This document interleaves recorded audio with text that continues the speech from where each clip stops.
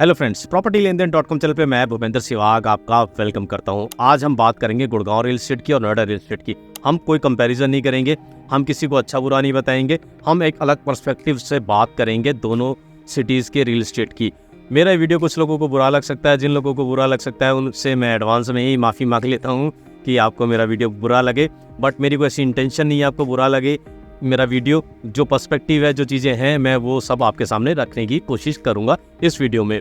अभी तक आपने देखा होगा जो भी वीडियोस बनते हैं नोएडा और गुड़गांव को लेकर, दोनों का कंपैरिजन होता है। कहीं इंफ्रास्ट्रक्चर की बात होती है, कहीं सेंट्री की बात होती है, कहीं बिल्डर्स की बात होती है, अलग अलग तरह से कंपैरिजन करा जाता है। कनेक्टिविटी की बात होती है, जैम की बात होती है, बहुत सारी चीज़ें हैं। और ख़ास तौर पे बरसात में बात होती है कि बरसात में गुड़गांव में पानी भर जाता है, नोएडा में पानी नहीं भरता है। हम उस सब पे बिल्कुल बात नहीं करेंगे, हम अलग पर्सपेक्टिव से बात करेंगे। तो शुरू कर देते हैं हम आज का अपना वीडियो। गुड़गांव शहर और गुड़गांव शहर के लोग नोएडा रियल एस्टेट की मदद कर रहे हैं। अभी तक आपको लगता होगा कि दोनों के बीच में एक कंपटीशन है, एक इधर से कंपटीशन, एक इधर से कंपटीशन, इधर नोएडा है, इधर गुड़गांव है। दोनों के बीच में जोर आजमाइश चल रही है कि कहाँ का रियल एस्टेट बेटर है। अक्सर हमारी फैटर्निटी के लोग और बिल्डर सब इस चीज़ को कंपैरिजन करते हैं, बट गुड़गांव रियल में नोएडा रियल एस्टेट की मदद कर रहा है। वो कैसे मदद कर रहा है? सबसे पहले मदद इस तरह से कर रहा है कि गुड़गांव में प्राइस इतने बढ़ चुके हैं कि जिनका बजट थोड़ा सा कम है, बजट कम कितना है सबकी अलग अलग परिभाषा हो सकती है, उनको गुड़गांव में अब नई चीज़ें नहीं मिल रही हैं। नई चीज़ें कहने का मतलब है कि जो नए प्रोजेक्ट लॉन्च हो रहे हैं, पिछले आप कई प्रोजेक्ट उठाकर देख लीजिए, या पिछले 6 महीने में जो प्राइस बढ़े हैं या आने वाले जो प्रोजेक्ट लॉन्च होंगे, उसमें एक तो प्राइस इतने ज़्यादा बढ़ चुके हैं, ऑलमोस्ट डबल हो चुके हैं। आप चाहे एक्सटेंशन की बात करें, न्यू गुड़गांव की बात करें, आप चाहे द्वारका एक्सप्रेस की बात करें, चाहे SPR की बात करें, लोगों को समझ में आने लगा है कि जिस प्राइस पॉइंट में हम प्रॉपर्टी बाय करना चाहते हैं वो शायद हमें यहाँ नहीं मिलेगी। और साइज़, बिल्डर ने कुछ टाइम से बड़े साइज़ लाने शुरू कर दिए हैं। हालांकि आपको कुछ लोगों ने 6 महीने पहले, 8 महीने पहले ज्ञान दिया था, मुंबई वाला स्टाइल यहाँ आ गया है, छोटे साइज़ के घर आ रहे हैं। आप चाहो तो उनके पुराने वीडियो भी देख सकते हो जिन्होंने मुंबई का पैटर्न यहाँ बताया था। अब जैसे ही बिल्डर बड़े बड़े यहाँ घर लेकर आने लगे तो उन्होंने पलटी मार दी और बता दिया, नहीं मैंने तो कहा था कि यहाँ बड़े ही आते हैं। खैर छोड़िए, उनकी बात नहीं करते, काम की बात करते हैं। तो जो बायर गुड़गांव में प्रॉपर्टी खरीदने आया था, उसको वहाँ उसके प्राइस में प्रॉपर्टी नहीं मिल रही। उसके पास ऑप्शन क्या है? दूसरा, उसके पास बहादुरगढ़ का ऑप्शन नहीं है, उसके पास फरीदाबाद का ऑप्शन नहीं है, उसके पास गाजियाबाद का बहुत लिमिटेड सा ऑप्शन है। वो जा रहे हैं नोएडा। नोएडा का मतलब जब मैं नोएडा शब्द यूज़ करूँगा तो उसको आप नोएडा समझिए, ग्रेटर नोएडा समझिए, नोएडा एक्सटेंशन समझिए, और आप उसको सेंट्रल नोएडा भी समझ सकते हैं। तो नोएडा का मतलब मैं इन सारी चीज़ों को एक साथ कवर करूँगा, और यमुना एक्सप्रेसवे अथॉरिटी और जेवर का एरिया भी आप उसमें इंक्लूड कर सकते हैं।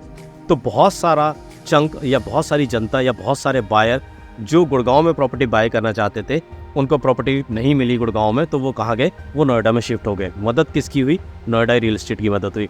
वहाँ ब्रोकर्स की भी मदद हुई, उनको नए क्लाइंट मिले। वहाँ बिल्डर्स की भी मदद हुई, उनको नए बायर मिले। पहली चीज़। दूसरी चीज़ अब जिस पे मैं अब बात करूँगा वो है गुड़गांव के बिल्डर।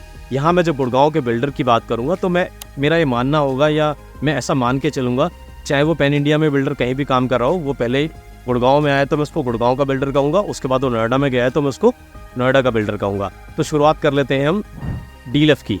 डीलफ आया, डीलफ ने कमर्शियल बनाया, वहाँ पे मॉल बनाया है, बट अभी रेजिडेंशियल नहीं बनाया, बट इनडायरेक्टली तो हेल्प की है, बड़ा मॉल बनाया है नोएडा रियल एस्टेट की। दूसरी बात करेंगे गोदरेज की। गोदरेज काफ़ी टाइम से यहाँ सक्रिय है गुड़गांव में, कई प्रोजेक्ट उन्होंने लॉन्च किए, उसके बाद वो गया नोएडा में। आज के टाइम पे गोदरेज नोएडा में बड़ा डोमिनेटिंग प्लेयर है। 3-4 प्रोजेक्ट हैं इनके अलग अलग, अभी एक नया प्रोजेक्ट और भी आ रहा है इनका 146 सेक्टर में। तो एक बड़ा बिल्डर, एक रेपुटेड कंपनी जो गुड़गांव में वर्किंग थी, जो गुड़गांव में काम कर रही थी, गोदरेज कंपनी, वो जब नोएडा में गई तो उससे नोएडा का जो रियल एस्टेट है, जो नोएडा के लोग हैं, उनमें कॉन्फिडेंस जगा, बायर्स में कॉन्फिडेंस जगा, ब्रोकर्स में कॉन्फिडेंस जगा कि हाँ, अच्छे प्लेयर अब हमारे यहाँ हैं। और आपको पता है नोएडा का इतिहास, नोएडा का पिछला इतिहास कितना ख़राब रहा है। पूरे देश में जितनी यूनिट्स होल्ड है, स्टक है, उसका अकेला 75% जो चंक है वो अकेला नोएडा में ही लटका हुआ है। नोएडा में 1.5 से 2 लाख जो प्रॉपर्टी हैं वो लटकी हुई हैं, फ्लैट लटके हुए हैं। बिल्डर आपको पता है, सुपरटेक्स से लेके अमरपाली से लेके बहुत लंबी लिस्ट है, सब किस तरह से एक के बाद एक धराशायी होते चले गए। तो एक डीलफ गया, गोदरेज गया, एक और बड़ा नाम है जो सिर्फ गुड़गांव से ही उठा। मैं बात कर रहा हूँ M3M की। M3M ने 94 में भी और अपना प्रोजेक्ट लॉन्च किया, नोएडा में ही ने अपना प्रोजेक्ट लॉन्च किया। उससे लोगों में और कॉन्फिडेंस आया, और जो लोग ऐसा सोचते थे कि नोएडा में प्रॉपर्टी नहीं खरीदनी है, दिल्ली के भी बहुत सारे ऐसे लोग थे कि जो सिर्फ गुड़गांव में फोकस करते थे, वो नोएडा की तरफ अब सोचने लगे, और सोचने ही नहीं लगे, नोएडा की तरफ जाने लगे। मैं ऐसे बहुत सारे लोगों से मिला हूँ जो नोएडा में प्रॉपर्टी बाय नहीं करना चाहते थे, बट जब अच्छे बिल्डर्स का मतलब ये है जो टाइम पे डिलीवरी दे दे, जो बीच में छोड़ के ना भागे, जो आपको आपका घर दे दें। अच्छे से मेरा मतलब सिर्फ इतना ही है, अच्छे से मतलब नाम से नहीं है, अच्छे से मतलब ये नहीं है कि उन्होंने कितने प्रोजेक्ट डिलीवर्ड कर दिए, अच्छे से और कितना महंगा वो दे रहे हैं, इससे कोई परिभाषा नहीं है। अच्छे का मतलब सिर्फ इतना ही है कि आपको टाइम पे आपका घर मिल जाए, लोगों में कॉन्फिडेंस जागा। अब एक और बड़ा डेवलपर है, मैं बात करूँगा एक्सपीरियन की। सिंगापुर बेस्ड कंपनी है, 100% FDI है। इन्होंने पहले गुड़गांव में बहुत शानदार प्रोजेक्ट डेवलप किया, आपने सुना ही होगा, देखा भी होगा बहुत सारे लोगों ने। Experion Windchant one of the best project है गुड़गांव में। उसके बाद उनके प्लॉट्स भी आए यहाँ पर द्वारका एक्सप्रेस के आसपास। अब वो गुड़गांव में पहुँच चुके हैं। गुड़गांव में सेक्टर 45 में उनका एक प्रोजेक्ट आने वाला है।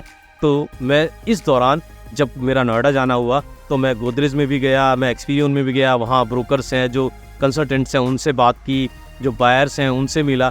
तो उन लोगों का ये कहना था कि हम बहुत खुश हैं कि गुड़गांव के अच्छे डेवलपर, जिनमें उन्होंने डीलफ का नाम लिया, जिनमें उन्होंने गोदरेज का नाम लिया, जिनमें उन्होंने M3M का नाम लिया, जिसमें उन्होंने एक्सपीरियन का नाम लिया, कि ऐसे डेवलपर गुड़गांव से एक्सपेंशन करके नोएडा की तरफ आ रहे हैं। तो इससे जो ब्रोकर फ्रेटर्निटी है, जो वहाँ पर कंसल्टेंट्स हैं, ब्रोकर हैं और जो प्रॉपर्टी सेल करते हैं, बाय का काम करते हैं, वो बहुत खुश हैं। उन्हें इतना अच्छा लग रहा है, वो मतलब कहते हैं ना, एक बहुत ही खुशी के मूड में है। उनको ऐसा लग रहा है कि पता नहीं उनके हाथ क्या लग गया। बहुत सारे ऐसे जो ब्रोकर हैं, उन्हें अब ये लगता है कि अब उन्हें जो स्टक प्रोजेक्ट हैं या थोड़े से जो बिल्डर ऐसे हैं जिन पे भरोसा बहुत कम किया जा सकता है, पता नहीं प्रोजेक्ट पूरा करेंगे नहीं करेंगे, अब उन्हें उनके प्रोजेक्ट पिच ना करके अब वो कॉन्फिडेंस के साथ बता सकते हैं कि हाँ, ये नोएडा में बिल्डर आ रहा है, गुड़गांव में इसने अच्छा काम किया है, आप इसकी प्रॉपर्टी बाय कीजिए। तो इससे बायर का फ़ायदा हुआ, इससे ब्रोकर्स का फ़ायदा हुआ और इससे बिल्डर का फ़ायदा हुआ। सिर्फ इतना ही नहीं, तो नोएडा के कुछ ऐसे डेवलपर हैं जिनकी वजह से गुड़गांव के रियल एस्टेट को थोड़ा धक्का लगा, थोड़ी नेगेटिविटी आई। सच है, बुरा लग सकता है कुछ लोगों को, तो उसके लिए मैं पहले ही सॉरी बोल चुका हूँ। तो बात करेंगे 2-4 बिल्डर्स का मैं नाम लूँगा। सुपरटेक का कोई भी प्रोजेक्ट आप गुड़गांव में उठा के देख लीजिए, बहुत अच्छा नहीं किया है। उसके बाद बात करेंगे हम एस की। एस का प्रोजेक्ट उठा के देख लीजिए, गुड़गांव में अगर कोई आया है डेवलपर, उसमें कैसा काम किया है, कैसे प्रोजेक्ट पूरे हुए। उसके बाद करेंगे नोएडा का एक बहुत बड़ा डेवलपर था ATS, उसके प्रोजेक्ट भी आप देख सकते हैं। 3 डेवलपर के नाम तो मैं आपको बिल्कुल सीधे सीधे ले रहा हूँ। इसके अलावा और भी डेवलपर हो सकते हैं जिनका शायद मुझे नाम याद नहीं। अगर आपको नाम याद है जिन्होंने गुड़गांव में एक्सपेंशन किया नोएडा से आके और यहाँ पे वो प्रोजेक्ट पूरा नहीं कर पाए, तो आप उनको भी काउंट कर सकते हैं। अंसल एक ऐसा डेवलपर है जिसने गुड़गांव में भी ऐसा किया है काम, नोएडा में भी ऐसा किया है, और वो गुड़गांव से पहले नोएडा में गया है या नोएडा से गुड़गांव में गया है, ये आप तय कर लीजिए। मुझे लगता है वो बाहर से आया था, उसमें वो दोनों जगह उसने नुकसान पहुँचाया। हाँ, यूनिट एक ऐसा प्लेयर ज़रूर है जो पहले गुड़गांव में उसने एक्सपेंशन किया, पूरे कंट्री में किया, नोएडा में भी जाके उसने नुकसान किया, नोएडा में भी उसके कई प्रोजेक्ट लटके हुए हैं। तो ये मोटा मोटा था। बट अभी रिसेंट की बात करें तो रिसेंट में जो अच्छे डेवलपर हैं गुड़गांव से, वो नोएडा गए और वहाँ पे अच्छा काम कर रहे हैं। जैसे कि मैंने बताया 2 प्रोजेक्ट आ रहे हैं, एक गोदरेज का आ रहा है, एक एक्सपीरियन का आ रहा है। बहुत अच्छे प्रोजेक्ट हैं, बहुत अच्छी कॉन्फ़िगरेशन के साथ, बहुत अच्छी लोकेशन पे ये प्रोजेक्ट आ रहे हैं। अगर आप इन प्रोजेक्ट्स के बारे में ज़्यादा डिटेल में जानना चाहते हैं तो आप हमसे कॉन्टैक्ट कर सकते हैं। एक चीज़ और मैं यहाँ ऐड करना चाहता हूँ, बहुत सारे ऐसे बायर हैं दिल्ली के जो नोएडा में प्रॉपर्टी खरीदते हैं और जो गुड़गांव में प्रॉपर्टी खरीदते हैं। उनका ये कहना है कि नोएडा में उस तरह का प्रोफेशनलिज्म अभी कंसल्टेंट्स के बीच नहीं है, ब्रोकर्स के बीच में नहीं है, जिस तरह का प्रोफेशनलिज्म गुड़गांव में देखने को मिलता है। इन बायर्स का ये कहना है कि जो पर्सपेक्टिव गुड़गांव में मिलता है हमें यूट्यूब के थ्रू या वीडियोस के थ्रू, या जो वहाँ पे कंसल्टेंट काम करें, रियल एस्टेट के कंसल्टेंट काम करें, वो पर्सपेक्टिव, वो विज़न, वो हमें नोएडा में थोड़ा लैक है देखने को। तो उनकी तरफ से भी कई बार इस तरह की रिक्वेस्ट हुई है कि आप जो गुड़गांव में लोग काम कर रहे हैं वो नोएडा में भी आइए, नोएडा का इसी तरह का विज़न हमारे सामने रखिए, हमें उसके बारे में बताइए, माइक्रो मार्केट्स के बारे में बताइए। मुझे लगता है कि बहुत सारे लोग बता भी रहे होंगे, ऐसा मैं बिल्कुल नहीं कह रहा कि वहाँ कोई नहीं बता रहा, बट जिन लोगों ने मेरे से बताया, जिन लोगों ने हमें ये चीज़ शेयर करी, उनके साथ में उनके ही पॉइंट ऑफ व्यू को मैं आपके साथ शेयर कर रहा हूँ। तो हमारी कोशिश रहेगी फ्यूचर में नोएडा के बारे में आपके लिए ज़रूर इन्फॉर्मेशन लेके आएँ, आपको बताएं चीज़ें और ये सारी चीज़ें हों। तो मैं तो चाहूँगा कि अच्छे डेवलपर हर जगह जाएं, और ज़्यादा डेवलपर हैं गुड़गांव के, वो गुड़गांव से निकल कर नोएडा में जाएं, नोएडा के लोगों को भी अच्छे डेवलपर मिले, उनको टाइम पे डिलीवरी मिले। तो ये मेरा एक पर्सपेक्टिव था। वीडियो आपको कैसा लगा? जिन लोगों को अच्छा लगा वीडियो को लाइक कर दीजिए, जिन लोगों को अच्छा लगा वो वीडियो को डिसलाइक भी कर सकते हैं आपका। और चैनल पर पहली बार आए हैं तो चैनल को सब्सक्राइब कर सकते हैं। हम इसी तरह की वीडियो लेकर आते हैं, अगली बार फिर मिलेंगे आपसे नई वीडियो में नए टॉपिक के साथ। तब तक के लिए थैंक यू दोस्तों।